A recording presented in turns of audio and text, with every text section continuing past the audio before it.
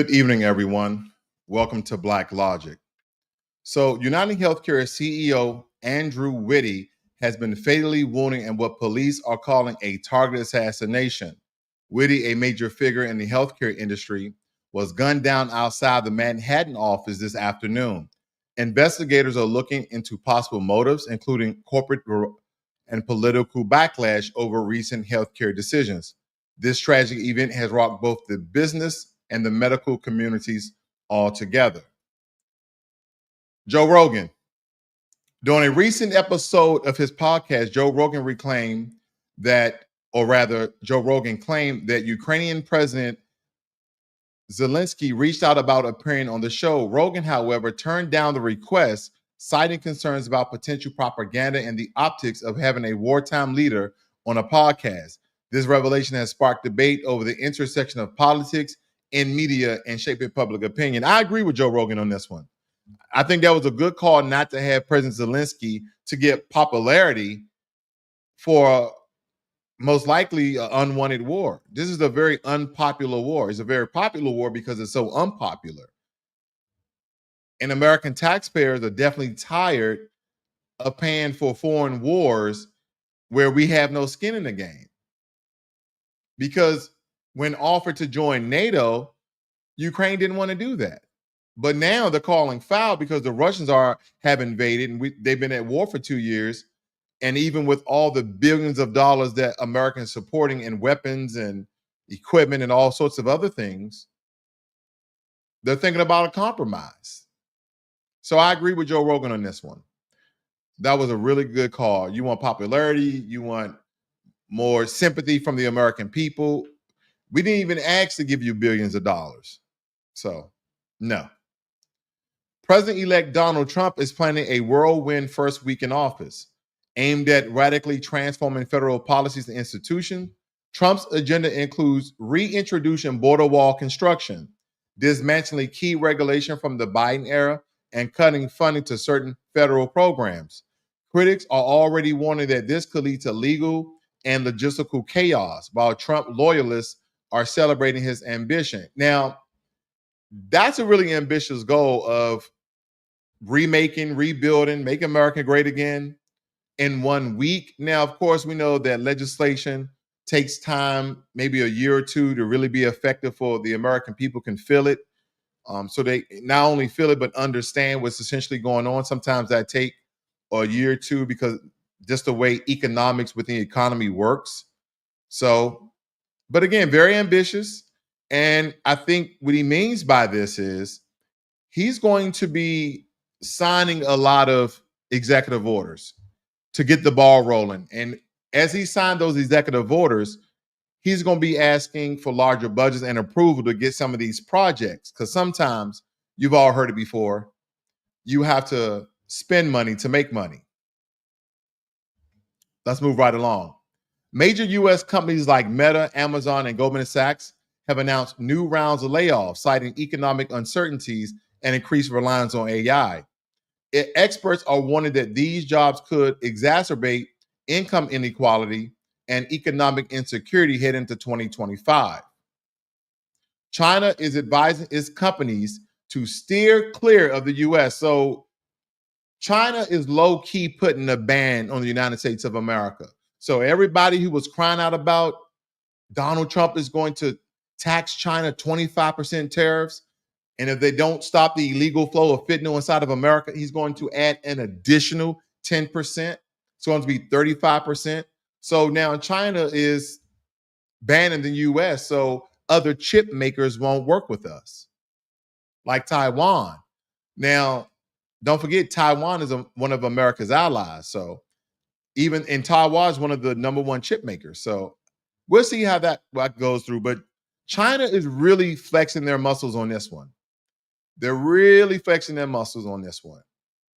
Now, this comes amid escalating trade tensions and U.S. support restrictions on Chinese tech firms. Experts warn this could hurt American chip makers like NVIDIA, Intel in the long term. CNN anchor criticizes no other than Hunter Biden. So on CNN, Caitlin Collins slammed President Joe Biden's partner of his son. Hunter Biden, calling it a political grenade that could backfire on the Democratic Party. Critics argue that the move undermines Biden's promise to uphold judicial independence. A Chinese hacking group known as Salt Typhoon has reportedly breached global telecom networks, including major U.S. providers. The breach has sparked national security concerns, with officials warning of long-term vulnerabilities in the country's infrastructure.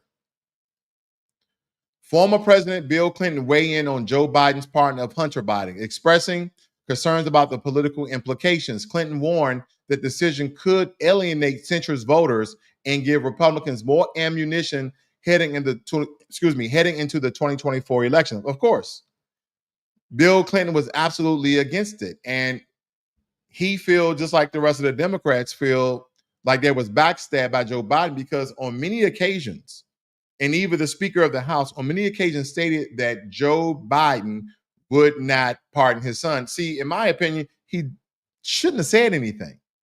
Son, are you going to pardon your son Hunter Biden if he's charged with these crimes? At the time, I don't have enough information. So as more information is revealed, I'll be closer in making a decision. But I don't have a decision at this moment. I'm just going to play neutral the entire time. And then when it comes up, then I'm going to pardon my son. And I know most of you will pardon your son, because if your son did not commit, I want you guys, and I'm not speaking up for Joe Biden. I'm not. He definitely made the wrong decisions. I'm not stating that he made the right decision. He definitely made the wrong decision. But I want you to think about this. You're the president of the United States of America, and you have pardon power. Now, I want you to put this in perspective. 2 of my sons have already passed away. 2 of my sons already passed away, and I have a third here living with me. I'm 80 years of age myself. I don't have that much life. I have more death than life inside my body. So you think I won't pardon my son? And he had a drug charge, and I believe he had a gun charge, but he had no violent crime. Yes, I'm going to pardon my son. And most of you would too. Look at the circumstance. Again, look at his age. Look at the untimely demise of his other sons. Yeah, take all that in and understand the decision. Again, I'm not saying that it's right. I'm just saying that I would do the same. That's the only thing I'm stating. All right. Now, I don't know if you guys heard about this local story, because on Monday, a devastating shooting occurred during a house party in Chicago's Chicago Lawn neighborhood around 2 p.m. 8 individuals aged between 20 and 35 were shot, and 3 men tragically lost their lives during that time.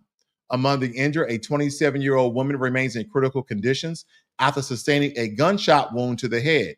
And a 24-year-old woman suffered 6 gunshot wounds and is in serious condition. The other victims are reported to be in good conditions.